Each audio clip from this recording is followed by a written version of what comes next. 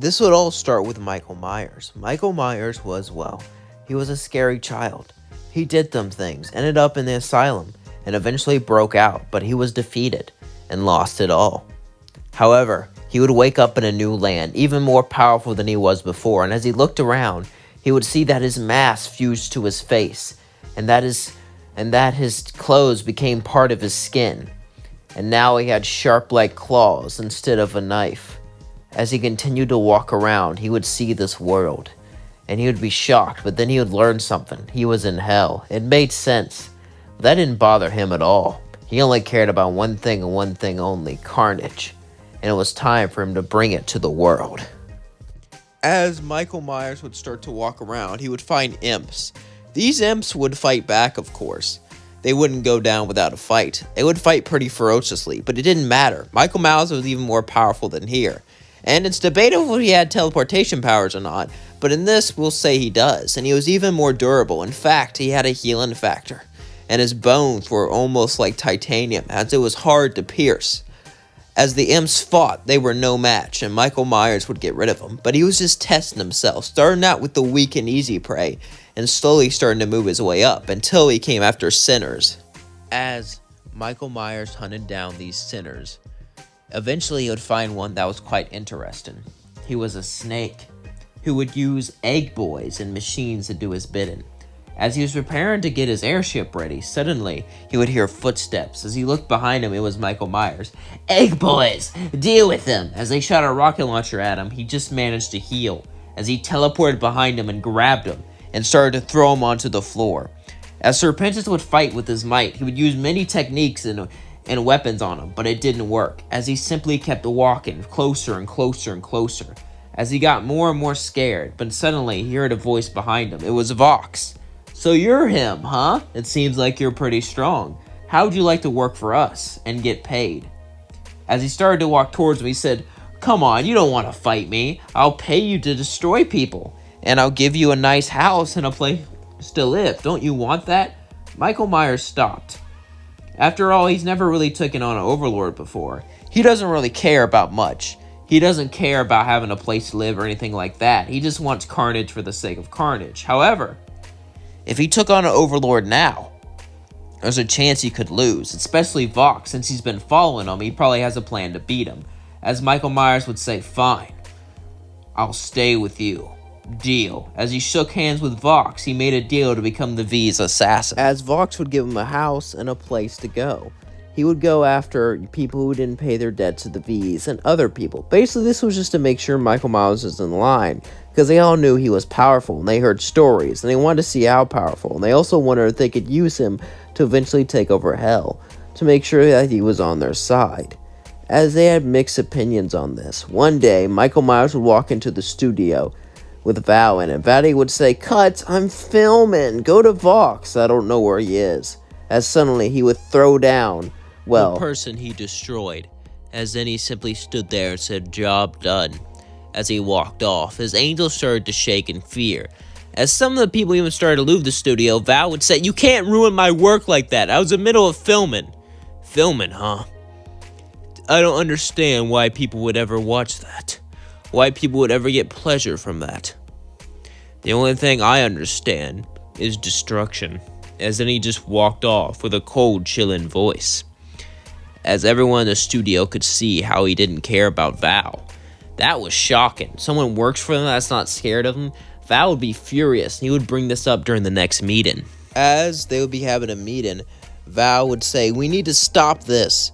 Vox would say, "What do you mean? Our profits are up, our sales are up, all of our industries are going well." Val would say, "Yeah, but Myers, or the mask, whatever you call him, just keeps coming in when he doesn't know where you are and just throws down his work."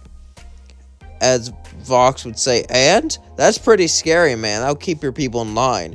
It undermines me and ruins the hot scenes," Val would say. As he whined, Vox would say, "Well, I don't really care, because he's the best assassin we have, and if we fire him, he'll go after us. Because I didn't really sign a contract with him. The contract just says he works for us unless we attack him, or we violate the terms of service. Then he would be free, He's basically like a dog I keep on a leash, and if you destroy that leash, there's gonna be consequences. Val would be annoyed as he kept trying to figure out a way to get rid of Michael Myers until he came up with an idea. As Val and Vox would talk, Val would be like, what if we send him after an overlord? We can't do that, I've told you. If he does it and wins, he'll become too powerful. He'll know that he can destroy overlords, and he'll want to come after us. I have confidence if we all team up we can win, but I don't want to have to do that unless I absolutely have to. As in Val said, what if it was the radio demon? Vox said, what? You hate him, don't you? And I hate Michael Myers. Whoever wins makes one of us happy. It's a win-win. Vox would say, fine, as he was sent after Alastor. As this will be a day before the extermination day, so Charlie would have her army, so we don't say her hotel gets totally destroyed. As Alastor was there, he walked away for a few moments to get a fresh breath air. After all, even though he was used to fight it, he wasn't used to fighting an army of angels and to fight Adam himself. But suddenly, he would face a new adversary. As Michael Myers slowly walked towards him, Alastor would turn around and say, I know you're there. Can I help you with anything? Michael Myers would say nothing, as he pulled out his fist with his angelic claws. As Alastor would simply say, I thought you used a knife I had to upgrade. Ever since I came down here. How do you know about my knife? I know who you are. I read about all the people up there. I have a guy outside, let's just say that. Do you honestly think you can fight me? Fight you? No. I will destroy you. As suddenly Alastor would summon tentacles and begin to summon them towards. As Alastor would swing his tentacles right towards Michael Myers, all the tentacles would start to hit him, but it did nothing, as he simply stood there, his skin and body taking it. As then he started to feel pain as Alastor used more power. Michael Myers now had a secret ability. He turns his pain into power, and he turns into energy. As he would let Alastor hurt him, Alastor was confused. He was supposed to be some strong being that wiped out everyone, but he easily defeated him? Alastor had confidence in his abilities, but even for him, this seemed a little bit too easy. When suddenly something would happen, Michael Myers would appear behind Alastor. As then he would push his fist straight through his chest, defeating him. As Michael Myers would then walk away. He did it. He was victorious, defeating Alastor. However, he wanted a new challenge. Suddenly, Charlie got a knock on the door. She thought it was Alastor. She would open it, as it was Michael Myers, as he threw down what was left of Alastor. Charlie was horrified and said, "What do you want?" "I want to fight angels. Let me fight angels or I fight you." As Angel said, "Please do what he says."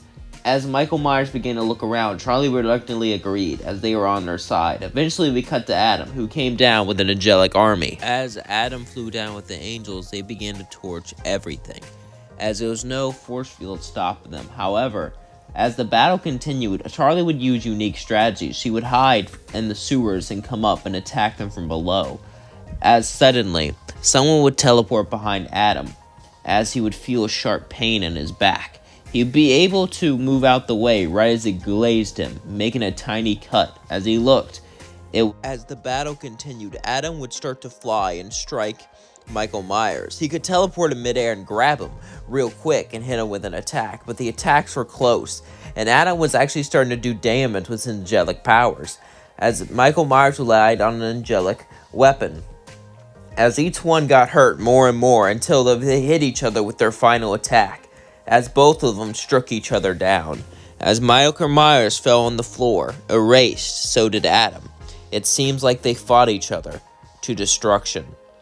As the angels left, everyone was shocked. Michael Myers would become famous as the person who defeated Adam, even if it cost him everything. And that's going to leave things off. Don't forget to like, comment, and subscribe, and let me know you thought of this video in the comments below.